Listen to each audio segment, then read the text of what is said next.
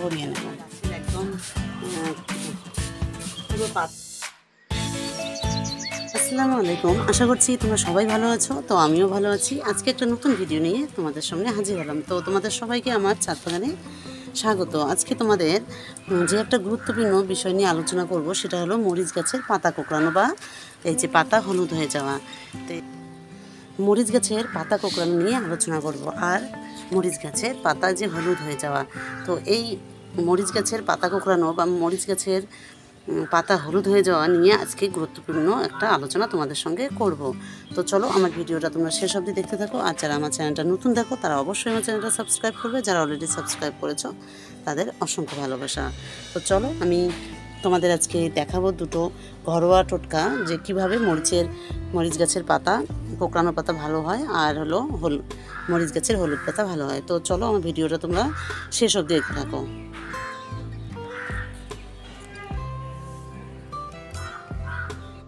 তো প্রথমেই জানবো যে মরিচ গাছের পাতা কেন কোঁকড়ায়। তো সেক্ষেত্রে মরিচ গাছের পাতায় এক ধরনের পোকা থাকে, সেটা আমরা দেখতে পাই না খালি চোখে। তো সেই পোকাটা মরিচ গাছের মরিচ গাছে ধরলে সেই মরিচ গাছটা কুঁকড়ে যায়।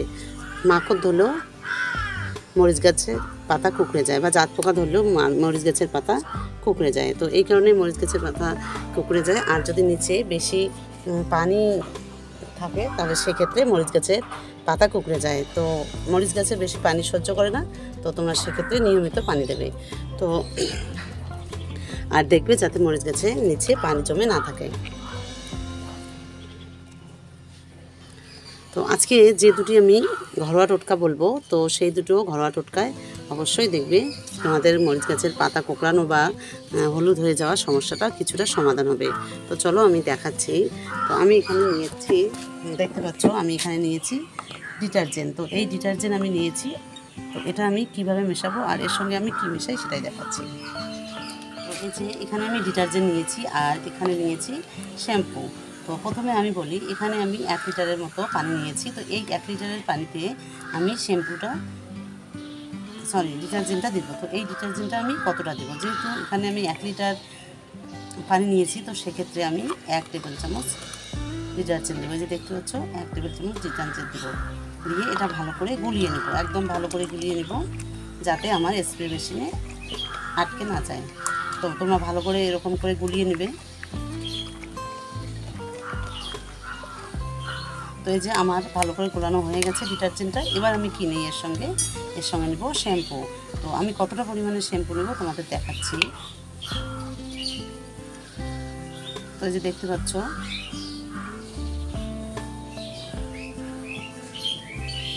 তো 1 লিটার পানিতে আমি এই যে দেখতে পাচ্ছ হাফ চামচের মতো শ্যাম্পু নিলাম। তো এটাও ভালো করে এখানে মিশিয়ে দেব। তো এই দুটো মিশ্রণ তোমরা একদম ভালো করে মেশাবে যাতে দুটো মিশ্রণেই একদম ভালো করে মিশে যায়।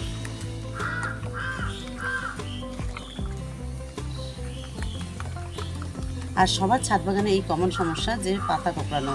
তো সেক্ষেত্রে তোমরা এটা ব্যবহার করবে, তোমরা দেখবে খুব দারুণ একটা ফল পাবে। তো এই যে আমার ফাইনালি একদম সুন্দর হয়েছে গোলানো। তো এটা আমি এবার স্প্রে বোতলে ভরিয়ে নেব।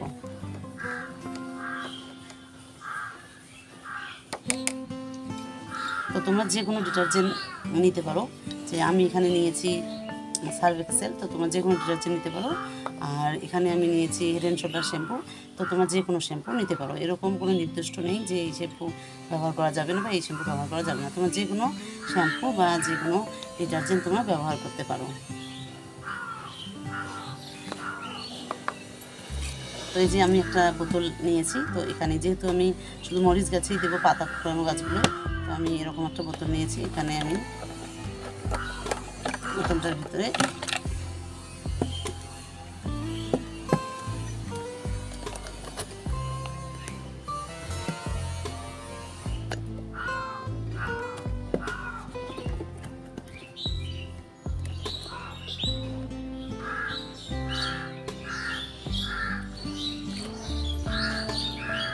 এই যে আমি এখানে বোতলটাতে আমার মিশ্রণটা ঢুকিয়ে নিলাম।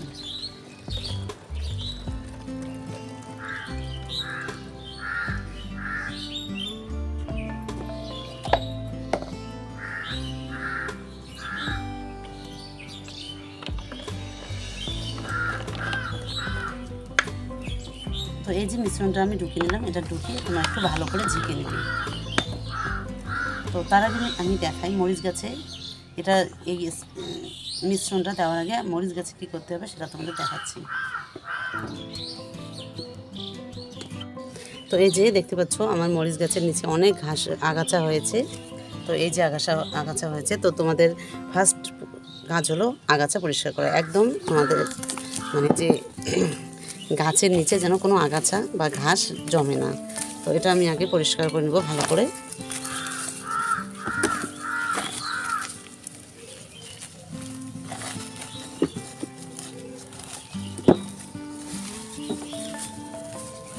তো এই যে আমার আগাছাগুলো একদম পরিষ্কার হয়ে গেল।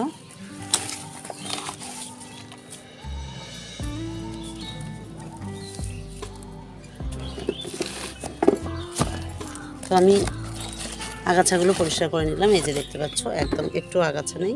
তো এবার আমি আগাছাটা পরিষ্কার করে নিলাম। তো তোমরা এরকম করে আগাছা পরিষ্কার করে নিয়ে তারপর মাটিটা একটু ভালো করে খুঁড়িয়ে নেবে।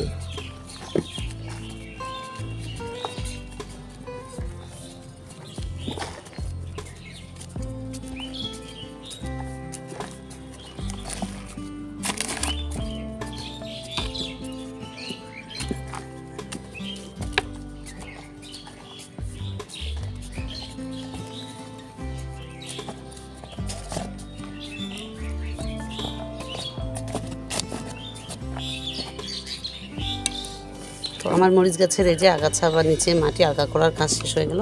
তো তোমরা তোমাদের গাছে এরকম করে অবশ্যই তোমার আগাছাগুলো বা মাটি আলগা করে নেবে।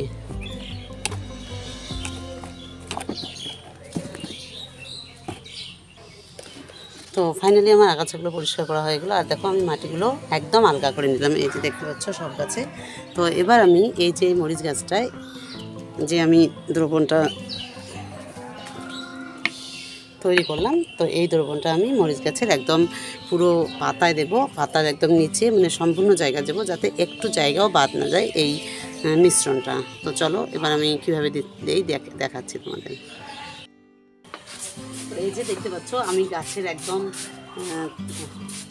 পুরো পাতা বা নিচে যেন একটু জায়গায় ফাঁকা না থাকে, একদম ভালো করে দেবে।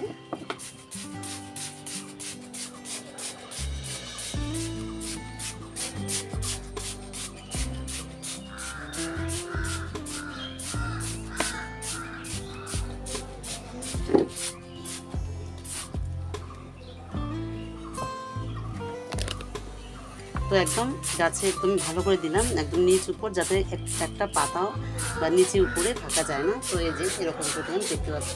তো তোমরা এরকম করে তোমাদের ছাদ বাগানে দিয়ে দেবে।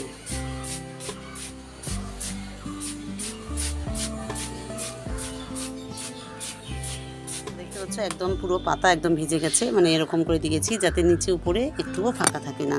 তো এরকম করে তোমরা এই ঘরোয়া টোটকাটা অবশ্যই ব্যবহার করবে। তো দেখবে তোমাদের ছাদ বাগানে যে পাতা কুঁকড়ানোর সমস্যা সেটা থেকে অনেকটা মুক্তি পাবে। তো তোমরা অবশ্যই তোমরা এই ঘরোয়া টোটকাটা ব্যবহার করবে। তো চলো আরেকটা বিষয় তোমাদের বলি, সেটা হলো যে এই যে গাছের যে পাতাগুলো দেখতে পাচ্ছ, যদি যেগুলো পাতা বেশি কোঁকড়ানো, তো ওগুলো পাতা তোমরা রেখে দেবে না, ওগুলো সব ছিঁড়ে ফেলে দেবে, এই যে এরকম করে। কারণ এগুলো পাতা আর ভালো হবে না, তো এগুলো এর জন্য গাছে রাখার কোনো দরকারই নেই। তো এই যে পাতাগুলো বেশি কোঁকড়ানো, তোমরা সেই পাতাগুলো একদম গাছে রাখবে না, গাছ তোমরা ওগুলো পাতা ছিঁড়ে নেবে। তো এই যে দেখতে পাচ্ছ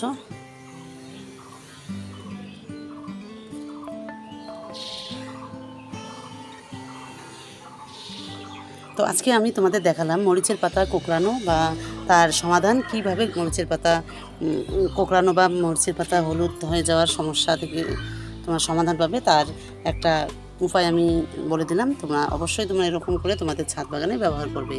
তো আজকের ভিডিওটা তোমাদের কেমন লাগলো তোমরা অবশ্যই কমেন্ট করে জানাবে। আর তোমাদের কাছে একটাই রিকোয়েস্ট, তোমরা অবশ্যই আমার চ্যানেলটা সাবস্ক্রাইব করবে। তো আজকে এখানেই শেষ করছি। তোমরা সবাই ভালো থেকো, সুস্থ থেকো। নেক্সট ভিডিও তোমাদের দেখা হবে। আমার ভিডিওটা পুরো দেখার জন্য তোমাদের অসংখ্য ধন্যবাদ সবাইকে।